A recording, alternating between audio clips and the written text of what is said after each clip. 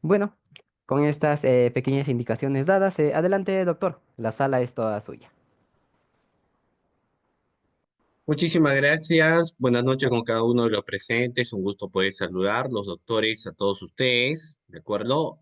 Nuevamente mi saludo a todas las personas que se están conectando, a quienes están conectados, a quienes se van a ir conectando a esta sesión de clase. Un gusto saludarlos nuevamente aquí a través de la plataforma digital de Cefocap.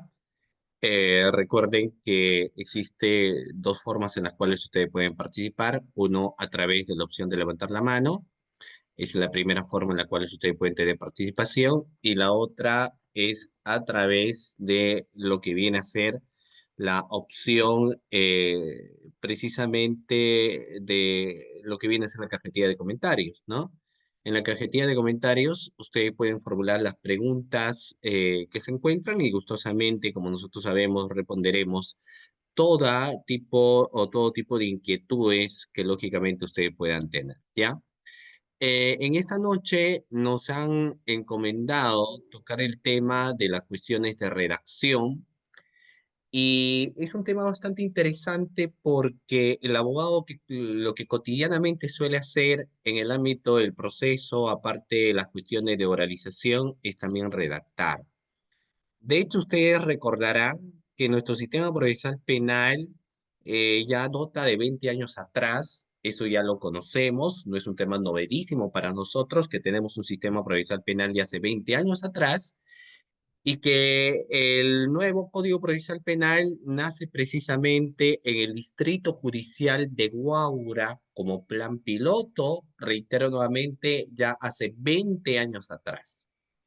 20 años atrás, nace en el Distrito Judicial de Guaura el nuevo sistema procesal penal como un sistema procesal penal piloto de inicio, y de ello se han ido implementando progresivamente a nivel nacional, ¿no? Las implementaciones del nuevo Código Procesal Penal. No es tan nuevo a nivel de, lógicamente, de todo el Perú, porque, por ejemplo, Lima Centro debe tener como 3 años de la promulgación del nuevo sistema procesal penal, es decir, recién 3 años, ¿no? Lo mismo que Lima Este, ¿no? Pero finalmente, digamos que ya tenemos una implementación de al 100% del nuevo proceso penal, sin perjuicio de que todavía existen casos y fiscalías que van viendo casos con el Código de 1940, con el Código de Procedimientos Penales. Ahora, ¿qué es lo interesante que sacó lo que se denomina el nuevo sistema procesal penal? El contexto de la oralidad. ¿Se recuerdan?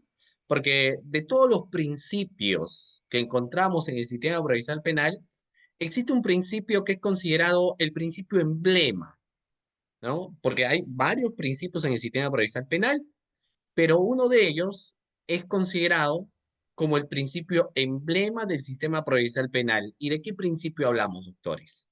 Del principio de oralidad. Claro, el principio de oralidad, ¿no? Y se ha hablado mucho, y de hecho a la fecha también se habla mucho del contexto de la oralidad, de la expresión, de la expresividad, ¿no? La oralidad en su modalidad esencial como una técnica de litigación oral, como un estilo de litigar, ¿no? Hoy en día con una argumentación jurídica de por medio, pero todo eso que manifiesto deviene precisamente del principio emblema para aquellos entonces que era la oralidad. Y en aquellos entonces ustedes recordarán tal vez, ¿no? Sobre todo los que ya pintan ciertas canas y de 40 años hacia adelante, o de 35 años hacia adelante, o 34, recordarán que para aquellos entonces se decía que el sistema procesal penal imperante como principio iba a ser 100% la oralidad, es decir, 100% la expresividad, la forma en la cual hablamos, disertamos, y se establecía que se iba a dejar de lado los documentos. Se decía, ya no documentos, ya no escrituralidad, ya no papeles. Pero lograr un sistema procesal penal donde impera al 100% un contexto de oralidad fue bastante complicado. Por eso es que el sistema procesal penal, el cual nosotros tenemos, no es un sistema procesal penal donde impera el 100% la oralidad. Eso lo conocemos, ¿no? No tenemos un sistema procesal penal imperante al 100% de oralidad, sino que el sistema procesal que nosotros tenemos es un sistema mixto, y al ser un sistema mixto, se establece que prima por un lado la oralidad y por el otro lado encontramos la escrituralidad, ¿no? Por un lado, el contexto de oralidad y por el otro lado, el sistema de oralidad, ¿no? Escrituralidad y oralidad. La oralidad está dirigida a plenitud a los sistemas de audiencia. Y cuando hablamos de los sistemas de audiencia, hablamos, por ejemplo, de la audiencia estelar del proceso, que viene a ser el juicio oral. Esa es la audiencia principal del sistema procesal penal, el juicio oral, porque sabemos que ahí se va a lograr para los intereses del Ministerio Público una sentencia condenatoria tal vez, y lógicamente para los intereses de la defensa una sentencia con característica absolutoria. Logras bien una sentencia o logras una absolución, y en el juicio oral se debate ello, se realiza actividad probatoria, se hace exposición de los alegatos de apertura, se argumenta el alegato de clausura, se utiliza como técnica de litigación oral lo que son las objeciones, los tipos de pregunta, ¿no? Pero lógicamente el juicio oral no viene a ser el único establecido como un sistema de audiencia, porque tenemos otras audiencias más. Es cierto, hay que reconocer que tenemos al juicio oral, pero tenemos otros sistemas de audiencia. Por ejemplo, la audiencia de control de acusación, la audiencia de control de sobreseimiento, que forman parte de los sistemas de audiencia. ¿Qué otras audiencias más conocemos en el sistema procesal penal? La audiencia de control de plazo, la audiencia de prisión preventiva, la audiencia de tutela de derecho, la audiencia de prórroga de la investigación preparatoria. Todas estas forman parte también de los sistemas de audiencia, y por supuesto que sí, en los sistemas de audiencia sí es imperante el contexto de la expresividad, de la oralidad, de la argumentación, de las técnicas de litigación oral, o incluso hoy en día cuando se habla de la oratoria jurídica, pero en el contexto de la expresividad que se va a dar en los sistemas de audiencia. Pero fuera de los sistemas de audiencia, doctores, a nivel de un contexto de investigación como tal, ¿se utiliza la oralidad? ¿Es imperante la oralidad o tenemos de por medio la escrituralidad? En un sistema de audiencia no es imperante la oralidad, ¿o sí, doctores? Por ejemplo, en una investigación, ¿es importante la oralidad en una investigación? ¿O es importante la escrituralidad y el conocimiento de las técnicas convencionales para investigar y las técnicas no convencionales para investigar? ¿Qué impera? Ya, muy bien, Renzo me dice ambos, ya, pero a nivel de un contexto de investigación, ¿qué nos interesa más? Primero, establecer lo que emite, por ejemplo, un fiscal. Ustedes son hasta el momento 48 participantes, entonces ustedes les voy a solicitar que a través del chat tengan interacción, porque no se trata, lógicamente, de que la sesión de clase sea solamente un monólogo, sino donde ustedes también puedan participar. Ya ustedes ya son casi 50 participantes que se encuentran en la clase Zoom. Vamos a empezar con algo bastante básico que está relacionado a lo que emite el fiscal durante el proceso de investigación. Por ejemplo, ¿qué suele emitir el fiscal? ¿Qué emite el fiscal al momento de investigar? Emite tres cosas. ¿Cuáles son las tres cosas que emite el fiscal que son de atribución en el Código Procesal Penal durante el desarrollo del proceso de investigación? ¿Qué emite un fiscal, doctores? Vamos con el primero. Si hablamos de las características decisorias, ¿qué emite el fiscal si es una decisión? Una disposición. El fiscal decide a través de las disposiciones, y existe lógicamente un abanico de disposiciones que más adelante lo vamos a establecer. Pero esa disposición no es que va a ser de un contexto de expresividad. La disposición que se emite es una disposición que tiene que tener fundamentación, que tiene que haber lógicamente argumentación. Y por supuesto que sí, tiene que existir una adecuada redacción e ingresa en las características de la disposición fiscal. Pero no solamente se emite eso durante el desarrollo del proceso de investigación, ¿cierto? No solamente disposiciones. Aparte de las disposiciones, tenemos que el fiscal proyecta lo que son considerados escritos de mero trámite. ¿Y qué son lo que se plasma a través del mero trámite? Lógicamente, los proveídos, las providencias. Ya en su momento vamos a explicar cómo es que las providencias no requieren una especial motivación, no requieren técnicamente una decisión, porque si esta fuera así, dejaría de ser el proveído, que es de mero trámite, para pasar netamente a lo que viene a ser una disposición fiscal, pero es un proveído y los proveídos son de mero trámite. Las disposiciones son decisiones que emite el fiscal durante el desarrollo del proceso de investigación. Y tercer punto, tenemos a los famosos requerimientos fiscales. Pretensiones. Un requerimiento no es otra cosa que una pretensión fiscal. Y se requieren varias cosas. Obviamente, el requerimiento va dirigido al JIP, es decir, al juez de investigación preparatoria. Uno puede requerir y en base a ello, estableciéndose lo que señala, por ejemplo, lo que son las medidas de coerción personal, entonces puede requerir una prisión preventiva, puede requerir una prolongación de la prisión preventiva, ¿no? Puede requerir una detención preliminar judicial, un impedimento de salida, un requerimiento de levantamiento de secreto de las comunicaciones, levantamiento de secreto bancario. Entonces, son requerimientos. El fiscal en ese sentido emite tres cosas, ¿cierto?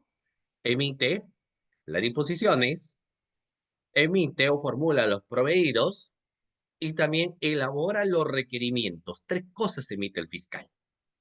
Si estas tres cosas emite el fiscal sin perjuicio de los informes fiscales que pueda haber, de las actas que el fiscal va a levantar a lo largo del desarrollo del proceso de investigación, redacta actas también el fiscal, ¿no?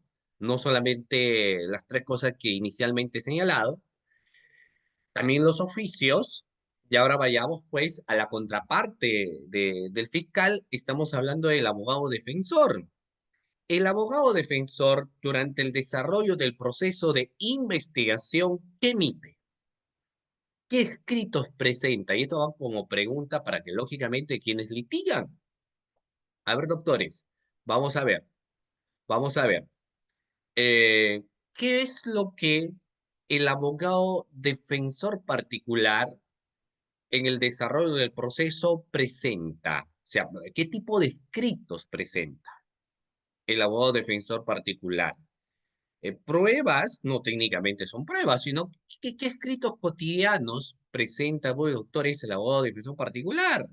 Los famosos, lógicamente, doctores.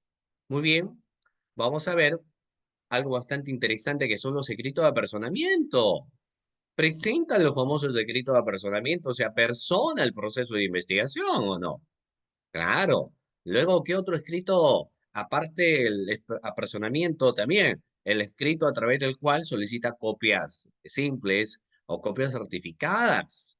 ¿Qué más? Puede presentar un escrito a través de la cual solicita la reprogramación de la declaración. ¿O no? Ese es el escrito también. Otro escrito que pueda presentar, bueno, un escrito de tutela de derecho, de excepciones de improcedencia de acción, ¿no? También puede hacer observaciones a la acusación fiscal y plantear un escrito requiriendo el sobreseimiento de la misma. Entonces, incluso pueden denunciar o demandar. Fíjense ustedes entonces que todo este contexto que hablamos está inmiscuido al tema de la escrituralidad, ¿no? Hay una escrituralidad de por medio, se escribe. Todo esto que les acabo de señalar deviene en un contexto de escrituralidad, ¿no? Claro, lo que se llama queja de derechos, técnicamente la queja de derechos, doctores, viene a ser viene a ser una apelación de actuados, ¿no? Un recurso de elevación de actuados, que es la terminología adecuada.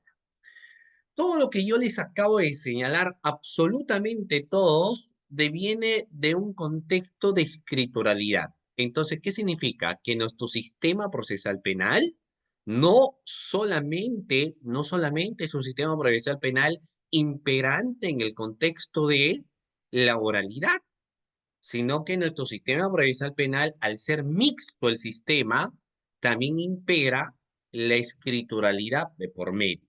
Tienes oralidad por aquí y tienes escrituralidad por el otro lado. Ambos son imperantes. Es mixto, por supuesto. Nuestro sistema procesal penal tiene la categoría de ser un sistema procesal penal mixto. ¿no? Oralidad para los sistemas de audiencia y escrituralidad para lo que va a venir a ser el contexto del proceso de investigación, ¿ya? En esta noche era importante, por supuesto que sí, desarrollar este preámbulo inicial, porque lo que vamos a hablar es del contexto de la redacción de denuncias, que lo vamos a dejar más adelante, haciendo algunos factores críticos, por supuesto que sí, de la redacción de las disposiciones, de los requerimientos, de los proveídos. Eso se redacta disposiciones, se redacta requerimientos y se va a redactar los proveídos, sin perjuicio de las actas fiscales, que también tienen su propia redacción, ¿no? Ahora, el abogado redacta, así como habla, el abogado también redacta. Y una de las cosas que más suelen hacer los abogados, también los estudiantes de la carrera de Derecho, es redactar. Redacta un informe, redacta una tesina, redacta una tesis. Siempre estamos en el imperio del contexto de la redacción. Siempre redactamos. Y yo les pregunto, ¿cómo ustedes podrían medir la capacidad de un fiscal? O sea, o mejor dicho, la impresión de un fiscal, la impresión de un abogado defensor o la impresión de un abogado litigante. ¿Cuál es su carta de presentación? ¿Cuál es la carta de presentación, doctores?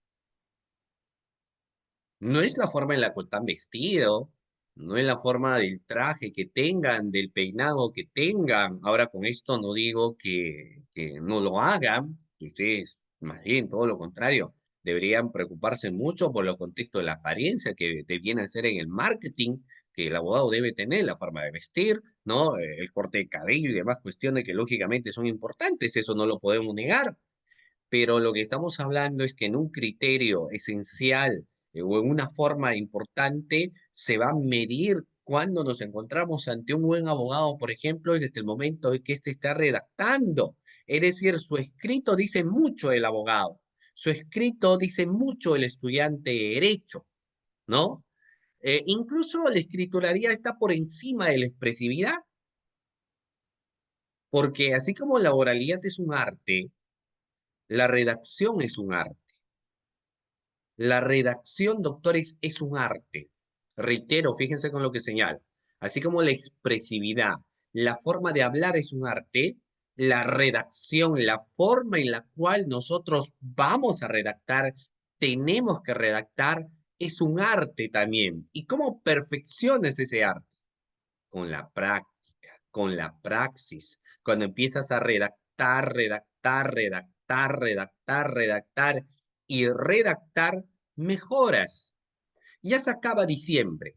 Yo les pregunto, ¿cuánto creen ustedes que han redactado en este mes que va acabando ya? ¿Cuánto de porcentaje redactaron? Ya sea una tesis, ya sea una tesina, ya sea un escrito de apersonamiento, una denuncia, una demanda, un requerimiento de acusación, de sobreseimiento, un proveído, un oficio, un acta. ¿Cuánto han redactado? ¿Pueden medir y decirme cuánto han redactado? ¿O será mucho más fácil preguntar cuánto han a cuánto han estado metidos en el TikTok? ¿O cuánto han estado whatsappeando? Y también hay que ser un factor crítico porque la tecnología puede generarte cuestiones importantes, pero también las personas dejan de investigar y se vuelven un facilismo. Entonces eso no se entiende porque la idea esencial que debemos tener es avanzar en las cuestiones de redacción. Por eso es que cuando yo hacía, lógicamente la pregunta es, ¿cuánto ustedes han redactado? ¿Cuánto han redactado? Pueden medir y decirme, en diciembre redacté un promedio de 10 disposiciones, de 8 requerimientos, de 300 proveídos, de 10 actas fiscales, 8 escritos de apersonamiento, 30 denuncias, 40 demandas, 40 escritos propios de la labor del abogado de defensor particular. ¿Podrías medir y decirme cuánto ha redactado en la universidad, cuántos informes has hecho, cuántas tesinas, cuántas tesis, cuántos artículos jurídicos. ¿Podríamos precisar la cantidad que hemos redactado en estos primeros 15 días del último mes del año? Y ahí vamos a medir qué tanto nosotros podemos mejorar, pues, en redacción. Lógicamente, si la persona me dice, no he redactado nada, y el enemigo de la redacción es el famoso copy-pega.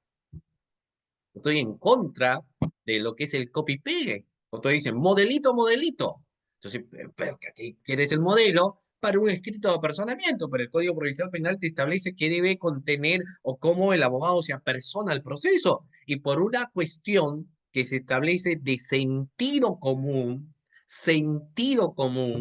tendría que saber qué dice el escrito. Ah, sí, pero quiero un escrito de proveído para copias. Ya, ok, toma el escrito de copias. Pero ahora quiero el escrito de copias certificadas. ¿No es acaso que eso es sentido común? La redacción requiere eso también, de sentido común. Entonces, el enemigo número uno, o uno de los enemigos número uno del contexto de la redacción es el famoso modelito y modelito.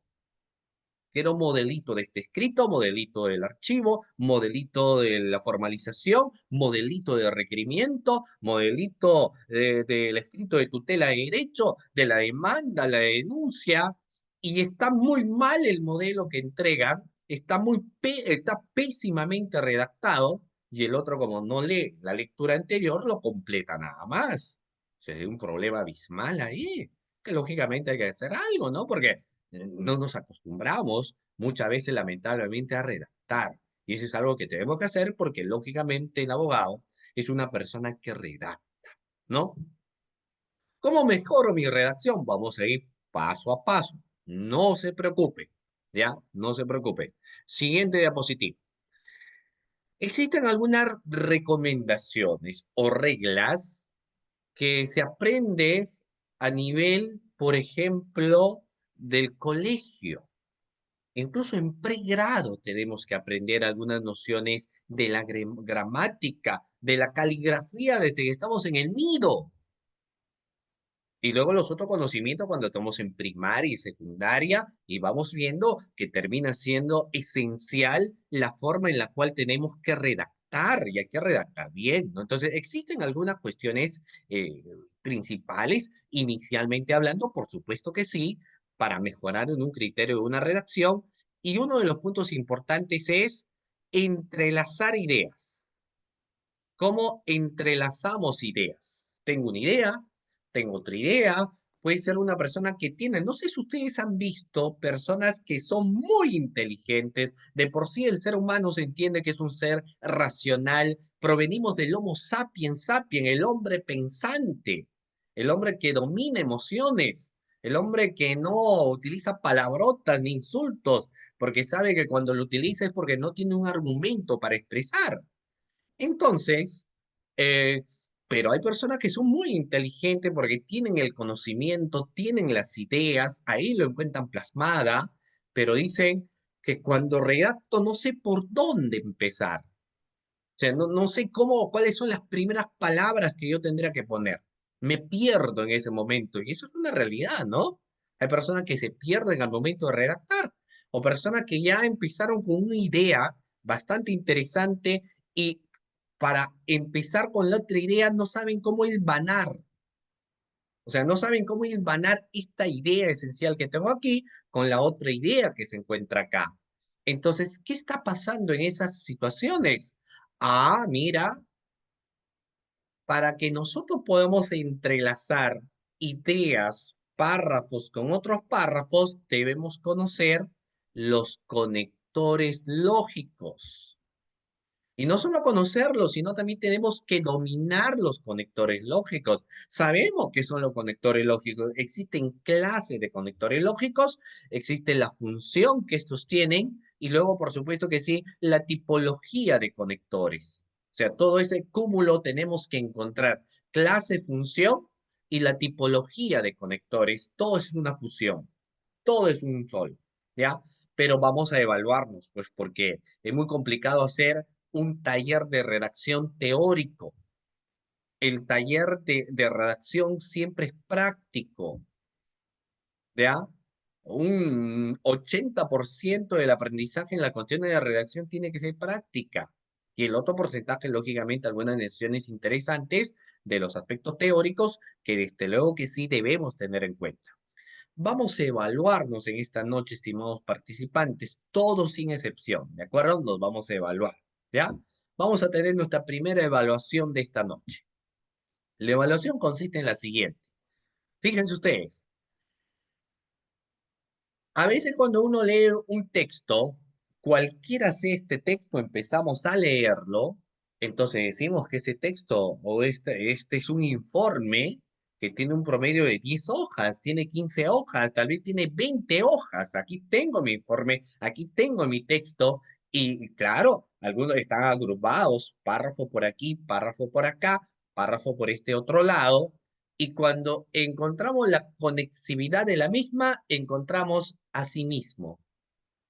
Luego, segundo párrafo, a sí mismo. Tercer párrafo, a sí mismo. Cuarto párrafo, a sí mismo. Y encontramos a sí mismo, a sí mismo, a sí mismo, a sí mismo, a sí mismo. Prácticamente las 10 hojas están plasmadas en el conector lógico solamente a sí mismo, doctores. Solamente encontramos a sí mismo como conector lógico, ¿no?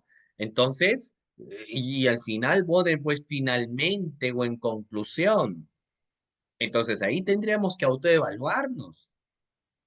Y algunos ponen todavía, por ejemplo, el famoso empero. Muy bien. ¿Y qué vienen a ser, lógicamente, aspectos importantes que debemos tener en cuenta? Ya, pues vamos a evaluarnos en esta noche. La evaluación va a consistir, vamos a ver, el reto está en saber cuántos conectores lógicos nosotros dominamos. Ya, ese es el gran reto.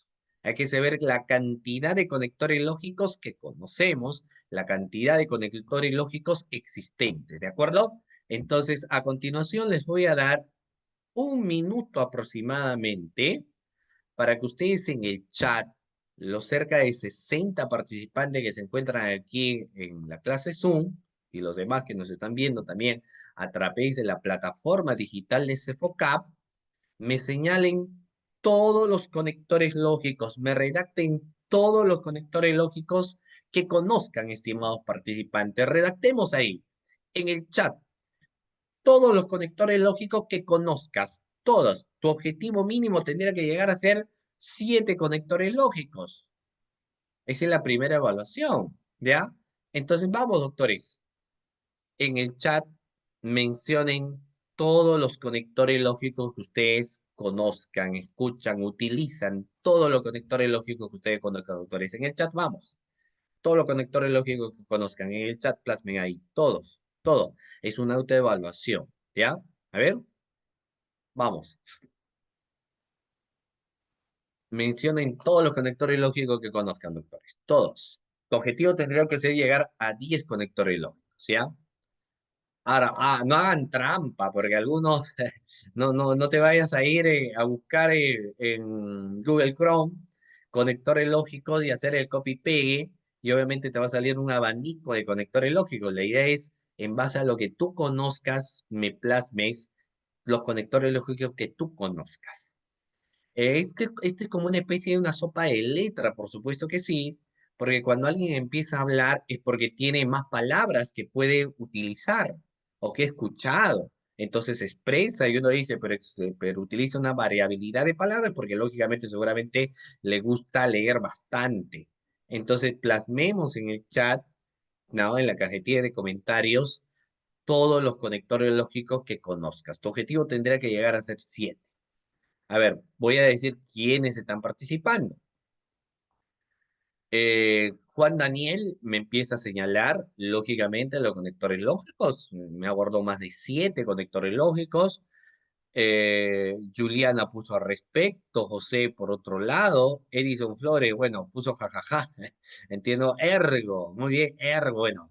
Ese tema de ergo cuando utilizan pero yo prefiero utilizar otro conector lógico, sino lo que se ha señalado anteriormente, ¿ya? Asimismo, por lo puesto, además, en primer lugar, dado a observar, asimismo igualmente. También tengo a Camila, a Delia, ¿no? A Marlon, a Eduardo, excelente, a Grecia, muy bien, que me ha plasmado los conectores lógicos, a Rubén, a Edison, muy bien, a Delia, a Russell. Ah, muy bien, doctores, excelente. Kerly también, Luz Irene, Luis Alberto, ya muy bien, excelente, felicitaciones, porque ustedes me están señalando los conectores lógicos. Ya les he mencionado, hay que medirnos y mínimamente tendríamos que llegar, pues, doctores, a poder escribir un total de 7 conectores lógicos, ¿ya? 7 conectores lógicos como mínimo. Lógicamente, si me paso de la cantidad de los conectores lógicos, muchísimo mejor. A mayor cantidad de conectores lógicos, doctores, mejor, ¿ya? Mayor cantidad de conectores lógicos, mejor. Ok, ahí plasmen, doctores, entonces, todos los conectores lógicos que ustedes conozcan, ¿ya? Todos, sin excepción alguna.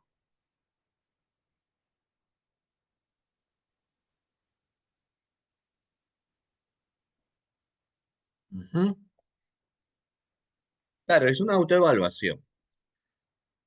Cada quien se autoevalúa, por supuesto que sí. Cada quien se autoevalúa, ¿no? A mayor medida conector lógico menor, menos conectores lógicos, pues, ¿qué te puedo decir, no? La idea es llegar a la gran cantidad de conectores lógicos, ese es el objetivo, ¿ya? Muy bien, siguiente. Felicitaciones a todos los que han señalado los conectores lógicos que ustedes conocen, han escuchado hablar. Ahora vamos a pasar, fíjense ustedes, que existe una clasificación de los conectores lógicos. No son unitarios, no son uniformes. Existe una clasificación. Tenemos ahí, ustedes pueden visualizar en las PPTs, el conector lógico causal, consecuencia, contraste u oposición, adversativos, adición, orden. Y cada una de ellas tiene su propia función.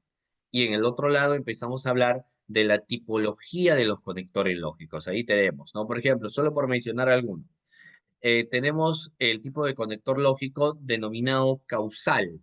Su función de la causal, del conector lógico causal, es señalar el motivo, la razón de algo y su efecto. Esa es la función del conector lógico causal. Y luego tenemos la tipología propiamente de conectores lógicos, ¿no? Y ahí, por mencionar algunos, podemos señalar por qué, a causa de, puesto que, con motivo de, pues, ya que, dado que. ¿Ya? Todo esto por mencionar solamente algunos y son lógicamente el cuadro de tipología de conectores lógicos. Incluso tenemos lo de consecuencia, anuncia lo que sigue, ¿no? Tenemos, por ejemplo, por ende, por esta razón, por lo tanto, en consecuencia, luego, o sea, por ejemplo, así que, en efecto, de tal forma, en pocas palabras, entonces resulta que todo eso que les acabo de señalar, lógicamente devienen, doctores, en el tipo de conectores lógicos de consecuencia. Y ahí vamos viendo, vamos enumerando, vamos señalando. Todos estos son los conectores lógicos. ¿Cuál es la importancia de conocer varios conectores lógicos? Me va a permitir, por supuesto que sí, entrelazar una idea que yo tengo con otra idea. Esa es la ventaja del conocimiento de los conectores lógicos y por ende va a enriquecer mi redacción. Menos conocimiento de conectores lógicos, obviamente no voy a poder redactar como debe de ser.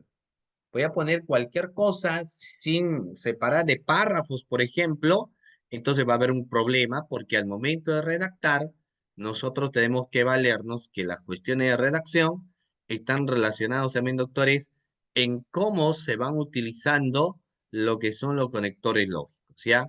Reitero, la utilización de conectores lógicos. ¿Ok? Punto importante que hay que tener en cuenta.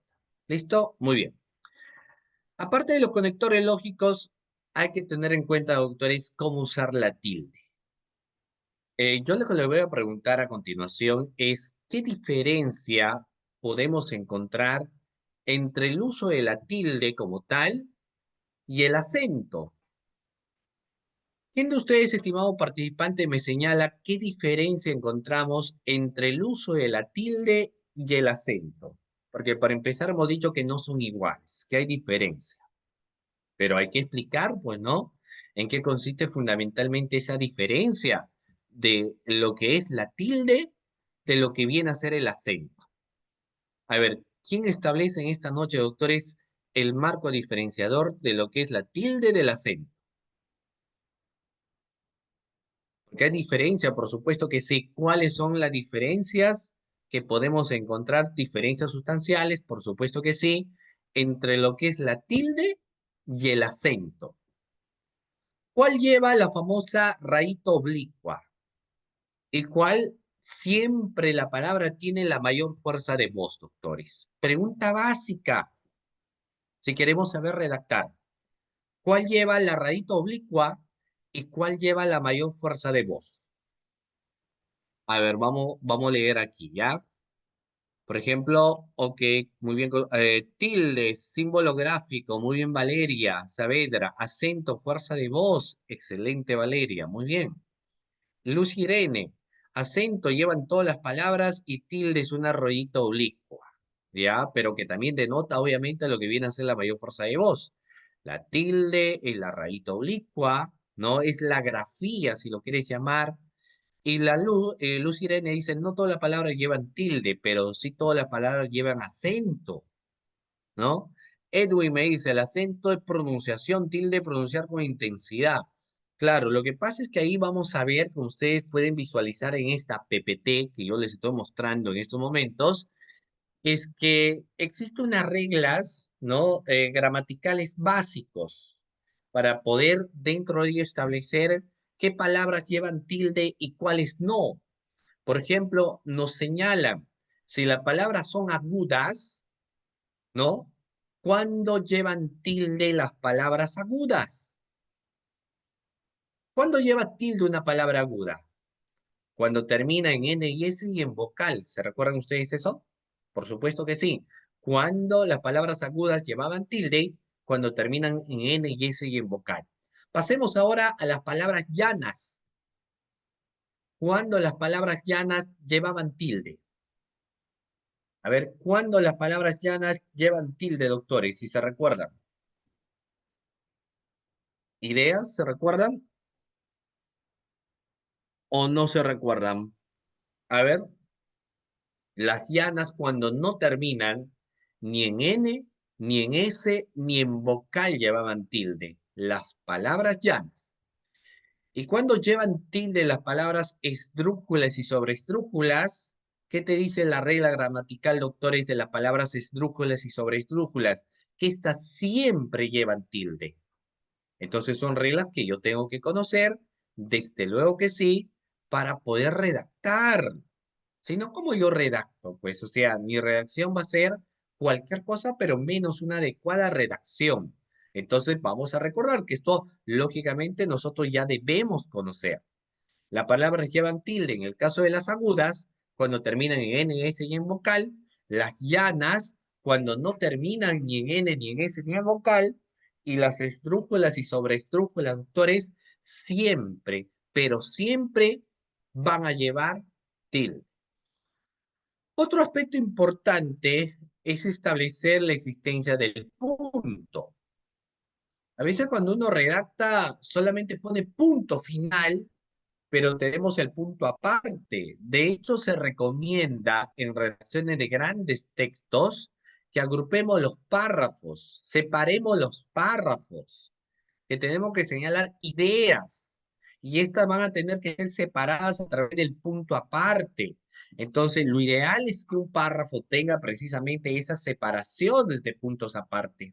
Esa es la idea, que haya separaciones de puntos aparte cuando voy a redactar incluso un artículo académico, una tesis, y por supuesto que sí, requerimiento de acusación, requerimiento de sobreseimiento, formalización de investigación preparatoria, y cuando escribo, redacto un libro, ni qué decir, ¿no?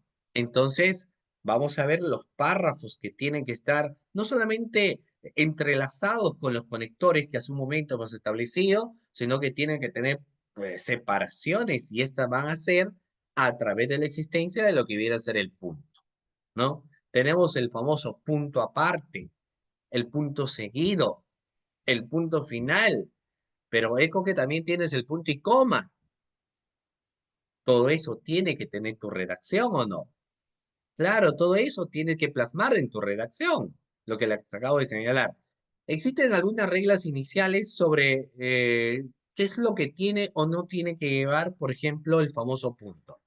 Todos nosotros conocemos, desde luego que sí, el símbolo de soles, ¿cierto? ¿Conocemos el símbolo de soles?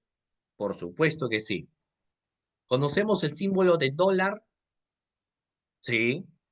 Entonces yo les pregunto si el signo de soles, después del signo de soles, ¿va el punto o no va el punto? Voy a esperar su respuesta, doctores. Vamos, los leo. Reitero nuevamente, después del signo de soles, S y la rayita, ¿va el punto o no va el punto? Después del signo de dólar, ¿va el punto o no va el punto? Vamos a ver, ¿va o no va el punto, doctores? Pregunta. Vamos. Tenemos conocimiento porque es una regla gramatical y yo debo tener en cuenta, ¿va o no va el punto? Mira, usted recordará, porque hay muchos que me dicen, sí va el punto. Muchos me dicen, sí, por supuesto, profesor, de todas maneras va el punto. Y vamos a responder que eso era antes. Antes sí, después del signo de soles iba el punto. Después del signo de dólar iba el punto. Hoy en día ya no es así. Hoy en día ya no es así, ¿cierto? Porque los signos de soles o el signo de dólar en la actualidad ya no va a llevar el punto. Ya no lleva el punto, doctores. ¿Sabían eso?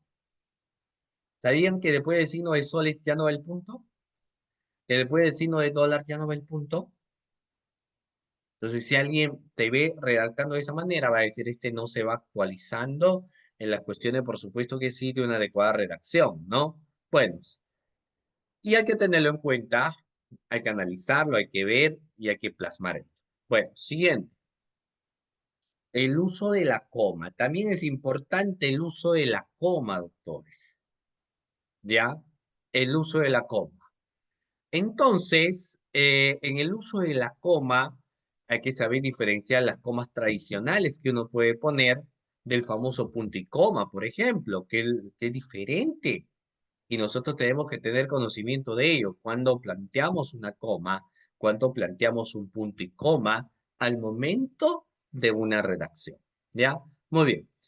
Todo lo que hemos señalado anteriormente, que ha sido algo extenso tal vez, doctores, sin embargo ha sido importante porque teniendo esos conocimientos primigenios, recién yo puedo hablar de cómo voy a redactar. Porque recién sé los conocimientos previos y recién ahora digo, como ya tengo esos conocimientos, ahora sí puedo hacer y redactar lo que emite el fiscal. Vamos a preguntarlo nuevamente, porque eso es lo que hemos señalado anteriormente. El fiscal a lo largo del desarrollo del proceso de investigación emitía tres cosas. ¿Se recuerdan? ¿Cuáles eran las tres cosas que emite el fiscal durante el desarrollo de la investigación? A ver, ¿cuáles son las tres cosas, doctores, que emite el fiscal durante el desarrollo del proceso de investigación? Vamos, recordemos. Hemos dicho que el fiscal emite tres cosas. ¿Cuáles son las tres cosas que emite el fiscal durante el desarrollo de investigación? Que no son las únicas, por supuesto que sí, porque existe una gran variedad. Claro, la disposición fiscal. ¿Solo la disposición? No. ¿Qué más? Los proveídos. Y por último, ¿qué falta? Los requerimientos fiscales. Entonces el fiscal, cuando investiga, emite tres cosas: disposiciones, proveídos y requerimientos. Eso emite el fiscal cuando está investigando, cuando desarrolla una labor de investigación, ¿ya? De todas estas, vamos a empezar con la disposición, ¿ya? Pregunta a la clase, porque hay que tener nociones iniciales también. Doctores, pregunta. ¿Qué entienden por disposición? A ver, ideas, doctores, pregunta, ¿qué entendemos o qué entienden por disposición? Ideas, doctores, vamos. Los leo, los escucho como ustedes quieran, pero ¿qué entendemos por disposición? Vamos, doctores, vamos. ¿Qué es una disposición? Ideas. Recuerden ustedes que pueden participar también con la opción de levantar la mano, ¿ya? Pero vamos a probar si dicha opción es válida. Así que voy a preguntar a los participantes de que activen la disposición de levantar la mano, o que emita, o que, mejor dicho, aquí pongan la opción de levantar la mano, doctores, para pasar lista también, porque vamos a ver quiénes realmente están en la clase. Entonces pongan la opción a ver de levantar la mano. Manito arriba, ustedes tienen ahí en reacciones. Muy bien, Elías, excelente. ¿Solamente Elías? Muy bien, la doctora Caticita, excelente. A ver, muy bien, a ver, vamos a pasar lista a quienes están muy bien, Rusbe. Ahí vayan manteniendo la mano arriba también. Muy bien, Rusbe, Giovanni, Carly, User, no me aparece técnicamente tu nombre, solamente me aparece User, Alex, Eloy, muy bien, Raúl, excelente, Wilmer, ¿no? Edwin que pone una palmita. Entonces, mira, ustedes también saben que a través de lo que son, pues aquí estas opciones, ustedes pueden hacer preguntas también. De hecho, si tienen alguna duda, no se queden con la duda, formulen su pregunta. No te quedes con la duda, formula la pregunta. Lógicamente, en el caso que tengas pues alguna pregunta, tú me puedes decir, profe, no tengo ninguna pregunta que hacerle, entonces, ya bueno, si no hay pregunta que hacer, entonces no formulará ninguna pregunta, pero casi siempre hay ideas que hay que compartir, ideas que hay que debatir, eso es lo normal, ¿ya? Muy bien. Dicho esto, doctores, vamos a ver ¿qué es una disposición? Y eso es lo que yo les preguntaba a ustedes. A ver, ¿qué entendemos? ¿Quién me dice? ¿Quién me explica? ¿Quién me señala qué es una disposición? ¿Qué es una disposición, doctores? Ideas. ¿Qué es una disposición?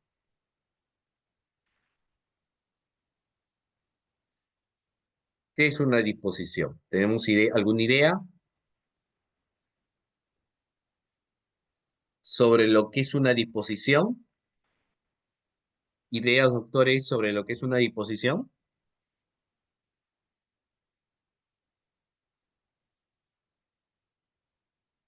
Ya, miren lo que... Ah, muy bien. Ok, ya. Me parece que han levantado algunos la manito, se han quedado manito arriba. Wilmer tiene la manito arriba. ¿Quiere participar? Ya. Creo que algunos se quedaron con la manito arriba. Euler me dice facultad de libre disposición. Ya. No, mi estrategia fue hacer. Ya, alguien estaba hablando. Ok. Muy bien. Tengo cuidado con su audio. ¿Ya? Base legal. ¿Cuál es la base legal? La base legal es el artículo 122 del Código Procesal Penal. A ver, Renzo tiene levantó la mano, me parece. ¿Sí? Adelante, Renzo.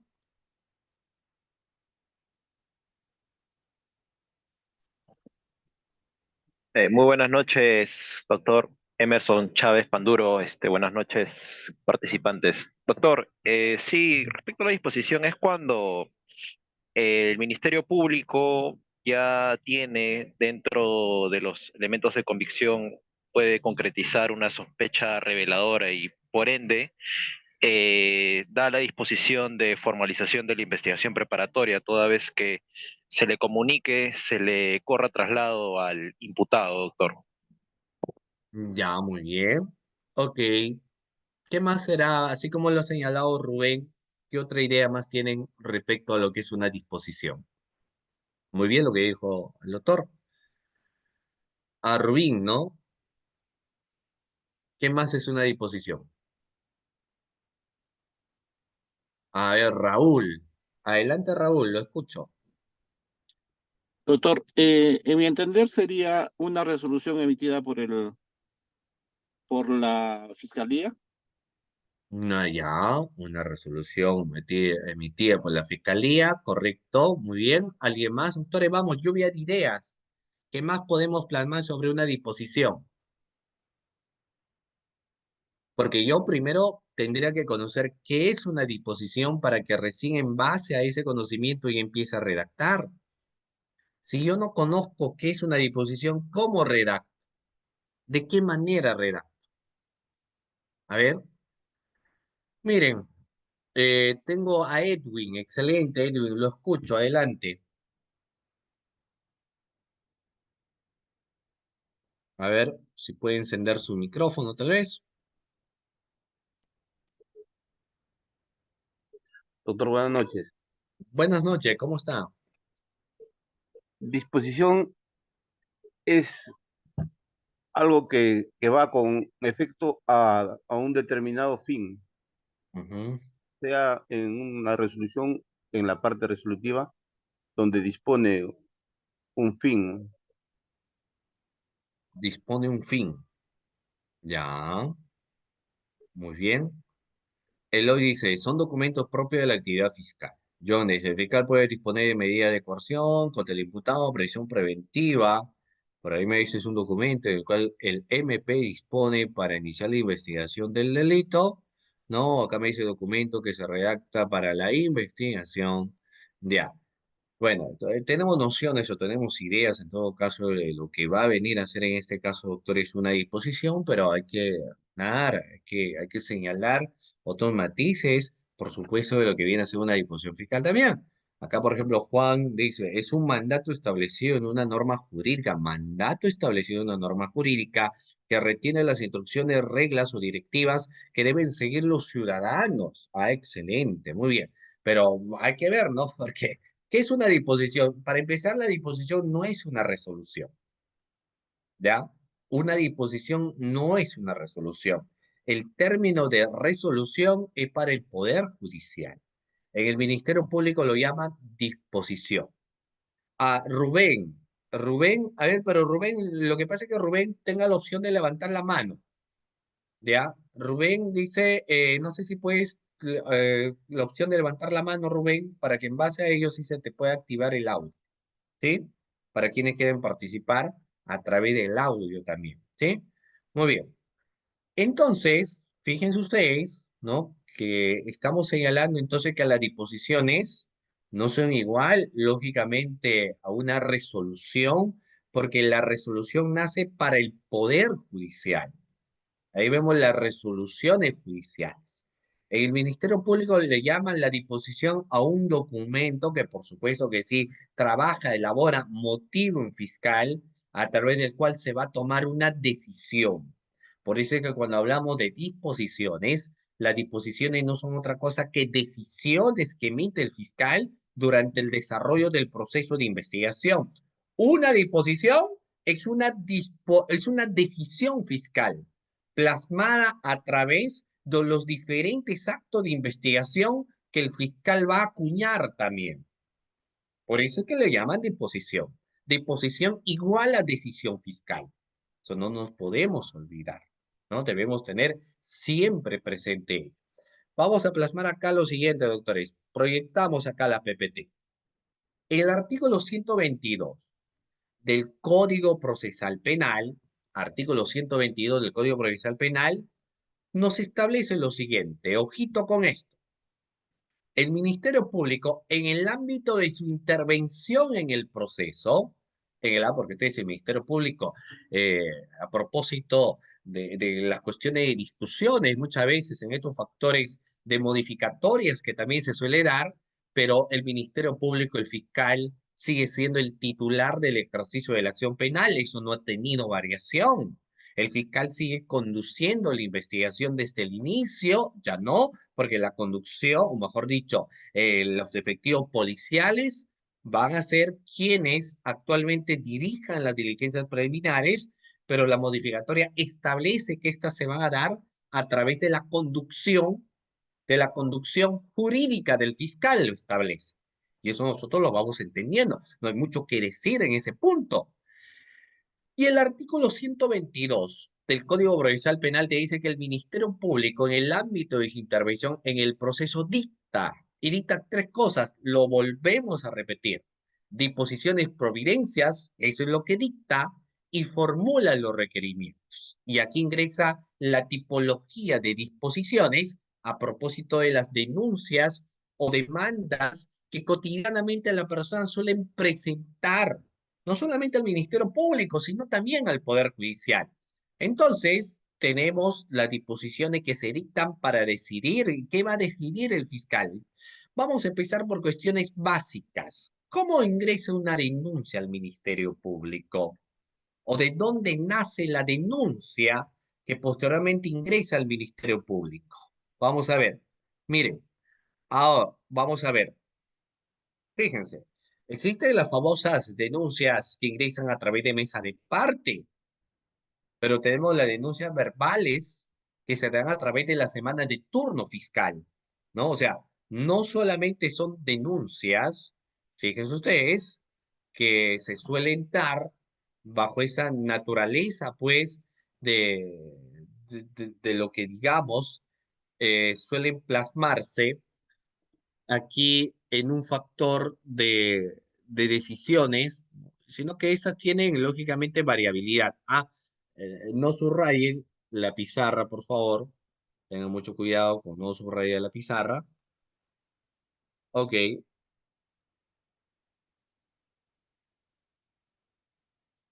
ya.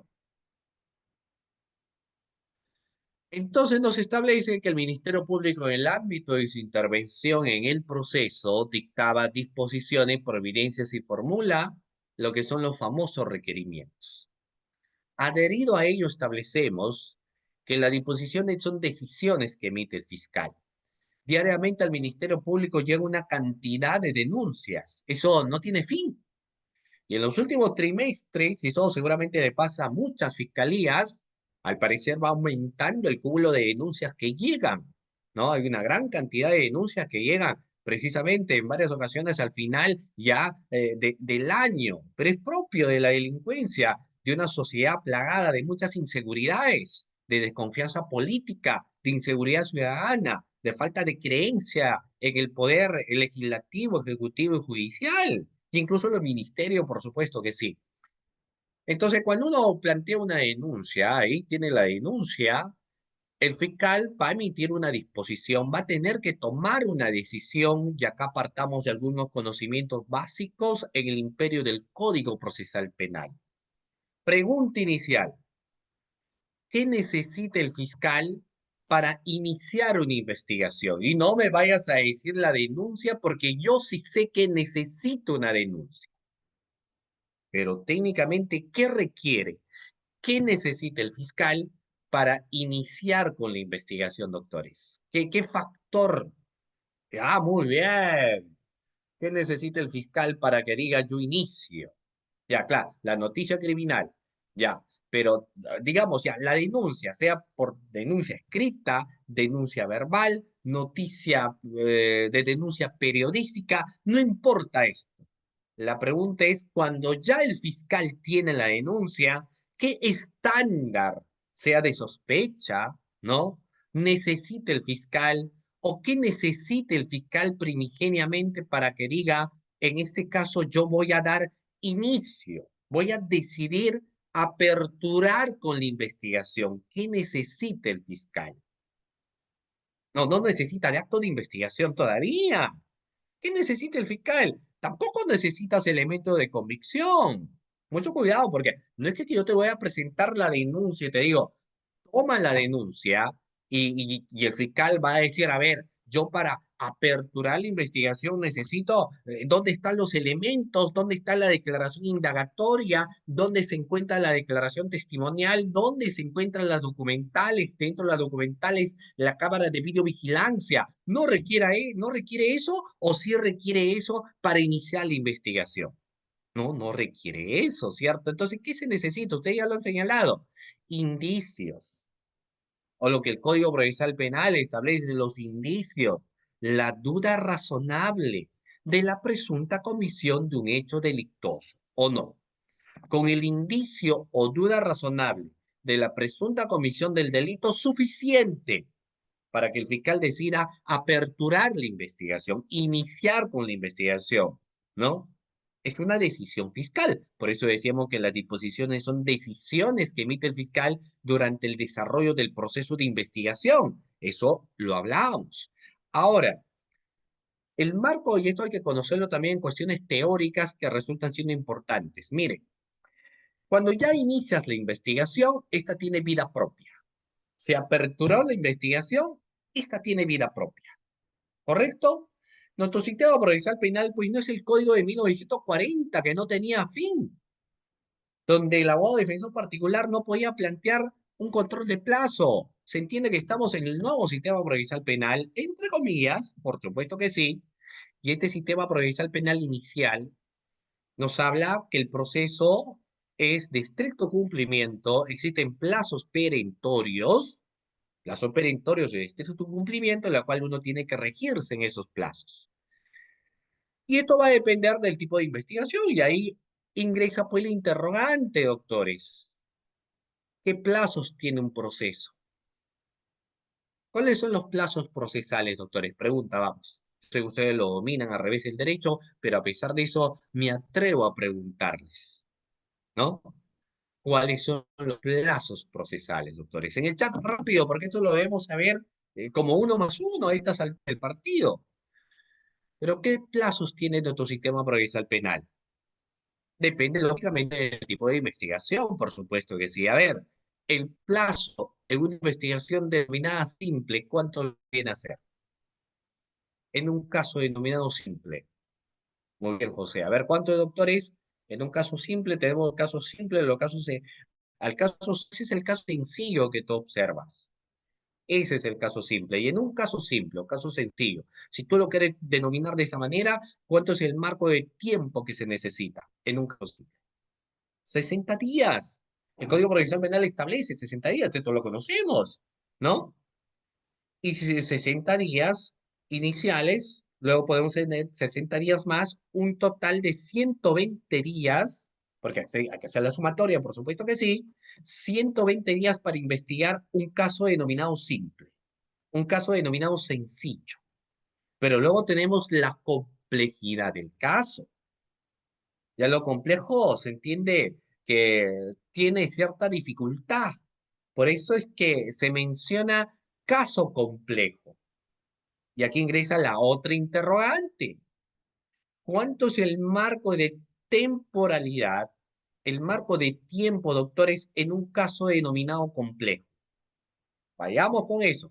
¿Cuánto es el tiempo para complejo? ¿Ah? No hay que confundirlo porque algunos me dicen, mira, si hablo de complejidad estoy hablando del total de 36 meses. Yo sé que los 36 meses señalan la existencia de la criminalidad organizada, por supuesto que sí, y los casos de crimen organizado desde su propia naturaleza, incluso de descripción tipológica, de entendimiento de la misma, me devienen en que son casos complejos, no tengo ni la menor duda en ese sentido.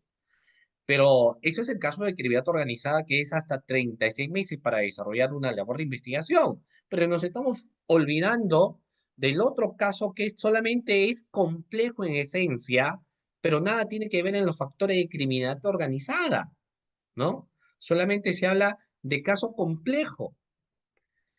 Entonces, si yo hablo del caso complejo inicial, ¿cuánto es el marco de tiempo que se tiene en los casos complejos, doctores? Tenemos pues 8 meses. 8 meses en un caso denominado complejo. Ahora, lo que yo sí quiero preguntarles, porque como alguien me acaba de señalar, yo puedo tener 60 días, va concluyendo mis 60 días en un caso simple, entonces el fiscal va a tomar una decisión a través de la emisión de la disposición de ampliación. Va a haber una disposición en la disposición de ampliación. Ahora lo que me interesa es un poco profundizar a continuación que un caso complejo no es que a mí se me ocurra y decir, este es el caso complejo porque sí. Ya no se trata de eso. No se trata de decir, este es un caso complejo porque sí, porque es complejo y punto. No, no es así, señor. Entonces la pregunta es, claro, muy bien lo tomarlo. Claro, hay que tener que motivar, por supuesto que sí, pero la pregunta va un poco más allá de eso. ¿En qué situaciones un caso es declarado complejo? A ver, doctores, ¿cuáles son las situaciones para decir este caso es complejo? Vamos, doctores, ¿cuándo estamos ante un caso complejo? Vamos a poner 20 de calificación, ¿ah? Vamos a poner 20 de calificación. ¿Cuándo es un caso complejo? Existen causales de complejidad. La pregunta es, si existen causales de complejidad, señálame cuáles son aquellas causales por las cuales yo voy a decir, este caso es complejo. Vamos, doctores, los leo. ¿Cuándo hablamos de un caso complejo? ¿Cuándo establecemos la complejidad de un caso?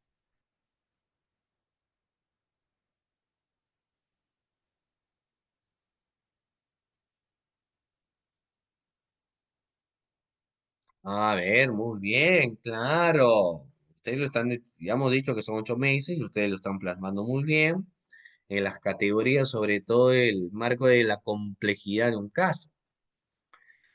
Un caso es complejo, ya, claro, algunos me dicen organización criminal, pero la organización criminal se adhiere a la ley de crimen organizado. Y ahí el marco de temporalidad es hasta 36 meses. Pero yo no te estoy hablando de crimen organizado. Yo te estoy hablando aquellos casos que por su propia naturaleza ya debiertan un estándar de complejidad y se le conoce como casos complejos. Por ejemplo, pluralidad de imputados, de tres hacia más, que no necesariamente puede ser organización, porque puede ser banda delictiva, pero es de tres a más. ¿Qué más? Pluralidad de delitos. También va a divertir a que el caso sea complejo. Cuando se tenga que desarrollar una pericia contable, valorativa, financiera, pericia de homologación de voz, lo que fuese, pericia de por medio, complejidad a la vista, ¿no? Cuando hay varios delitos también, ¿ok? Hay que tener entonces, doctores, esas cuestiones de casos complejos hasta 8 meses. Y los factores de criminalidad organizada ya devienen en otro factor, lógicamente, de adherir los casos a la ley del crimen organizado y ahí vamos a tener hasta 36 meses para investigar. Entonces, lógicamente hemos avanzado aquí mucho, pero lo que yo les quería decir que así como el fiscal emite la disposición para decidir aperturar el caso para iniciar la investigación, por supuesto. También el fiscal a través de la emisión de una disposición puede declararlo compleja, puede prolongar, puede emitir una ampliación, puede formalizar, puede recalificar, puede incorporar investigados, puede concluir la investigación. ¿A través de qué? A través de la emisión, por supuesto que sí, de lo que viene a ser una disposición. Por eso, no se olviden, si hoy en día hablamos de disposición igual a decisión fiscal, lo debemos tener siempre presente. La disposición de decisión, ¿ya? Muy bien, vamos a hacer lo siguiente. Vayamos. Vamos a poner un pequeño modelito, me parece, porque lo que toca es modelito. A ver, lo tengo acá, me parece. Ok, mire. Vamos a ver, doctores, acá está, en esta PPT, podemos leer, porque yo le decía que las disposiciones, doctores, eco con esto, las disposiciones son las decisiones que emite el fiscal durante el desarrollo de la labor de investigación, ¿ya? Disposición igual a decisión que emite el fiscal cuando se investiga, ¿ya? Acá existe pues todo lo que yo les acababa de señalar hace un momento también concerniente a los tipos de decisiones, tipo de investigaciones, o mejor dicho, disposiciones que emite el fiscal durante el desarrollo del proceso de investigación. Y ahí podemos ver disposición de ampliación de plazo de investigación preparatoria. Ojo con eso. Disposición que declara compleja la investigación. Ojo con eso. Disposición de inicio de aplicación del principio de oportunidad, de la disposición de archivo, de la disposición de ampliación de investigación, disposición de formalización, conclusión y todas las disposiciones que conozcas. Y son decisiones del fiscal. Y son decisiones autónomas. O yo te pongo de conocimiento. A ver, vamos, si me respondes esta pregunta, ponemos 20 de calificación. A ver, ¿puede haber audiencia con una disposición? Por ejemplo, existe la audiencia de control de apertura, existe la audiencia de control de complejidad, existe la audiencia de control de formalización, existe la audiencia de conclusión de investigación, doctores, existen audiencia para las disposiciones. Esa es mi pregunta. ¿Cuál es tu respuesta? ¿Existen audiencia para disposiciones, sí o no?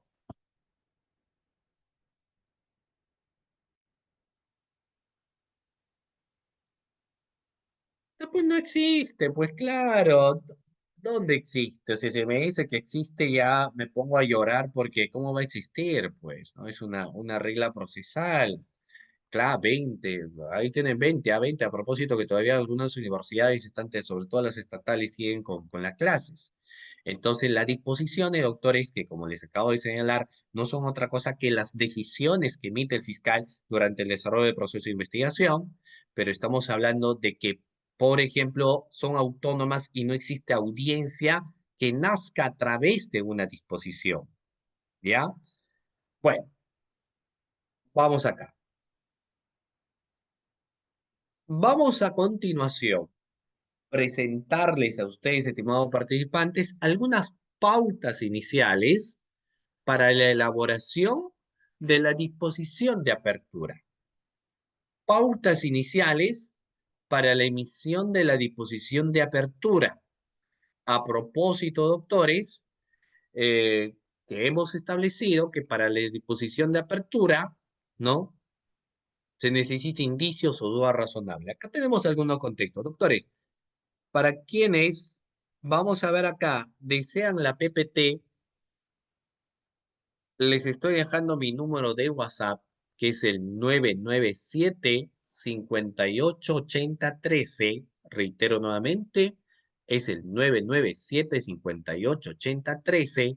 Si usted me dicen, profe, sus PPTs, o sea, las diapositivas de la clase, muy gustosamente, vamos, por supuesto que sí, remitir la PPT o las diapositivas a cada uno de ustedes. Faltaba más. Ok, vayamos, doctores, vayamos. Bueno, entonces en los datos de identificación tengo iniciales, porque hay un esquema propuesto que tiene que haber un número de la carpeta. ¿Y cómo nace el número de la carpeta? Pues el número de la carpeta en realidad, doctores, y es aquella que vamos a encontrar en el propio sistema. Es decir, uno presenta su escrito, una demanda, y el sistema ya te arroja la numeración del caso, ¿no? Ya tenemos el número de caso. ¿Ok? Muy bien. Número de carpeta, imputado, agraviado. Debe existir el delito, número de disposición, que por lo general la disposición de apertura debiera ser una disposición number one, la disposición número uno, ¿no? La de apertura de investigación. Lugar y fecha, que por supuesto que sí hay que encontrar, y aquí ingresan los antecedentes. Ahora, estos antecedentes me van a permitir, por ejemplo, mencionarles una crítica. Vamos a criticar. Miren, ¿qué vamos a criticar? Lo que suele pasar es que cuando, como no todos, o sea, fíjense lo que voy a señalar. Se podría aceptar, tal vez, pero podríamos aceptar tal vez de un ingeniero, con el respeto de los ingenieros.